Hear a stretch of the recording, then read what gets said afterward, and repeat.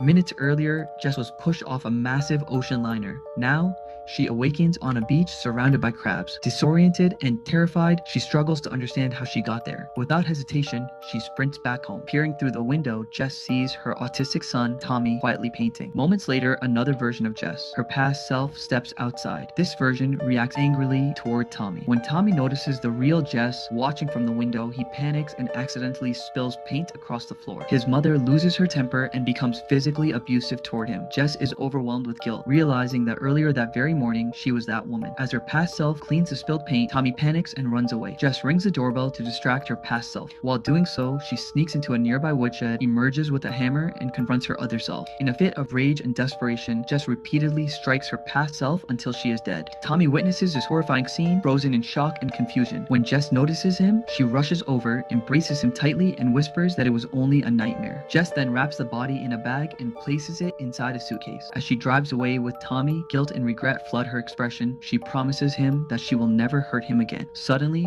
she hits a seagull. Jess pulls over and steps out to dispose of the dead bird, only to witness a disturbing revelation. The area is littered with dozens of identical seagull corpses.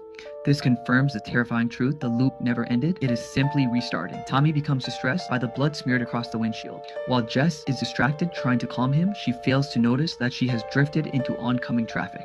A truck barrels toward them. Boom! The collision is catastrophic. The suitcase in the trunk bursts open, exposing the body inside. There is nothing the bystanders can do. Tommy dies instantly. Somehow, Jess survives. A taxi driver approaches her with an eerie calm and asks if she needs a ride, speaking as though they have met countless times before. Jess enters the taxi, falls asleep, and forgets everything that just happened. The driver takes her to the harbor and tells her he will be waiting for her return. Jess promises she will come back and walks away. Moments later, Chris approaches her and asks about Tommy, explaining that they were expecting both of them. Jess lies, saying Tommy is at school. She hugs Greg and, without understanding why, apologizes. Greg is confused, just as Jess herself is. She is then introduced to the rest of the crew: Sally, her husband, Luke, and her friend Heather. Together, they set off on a sailing trip. And just like that, we are back at the beginning of the movie. The loop is complete. A new cycle has begun. If you are just joining us, please check out parts 1 to 4 in the channel. For more mind-bending movie explanations, please like and subscribe to support the channel. Tap the notification bell so you don't miss our next video, because in the next episode, we break down the deeper meaning and hidden significance behind everything in this film.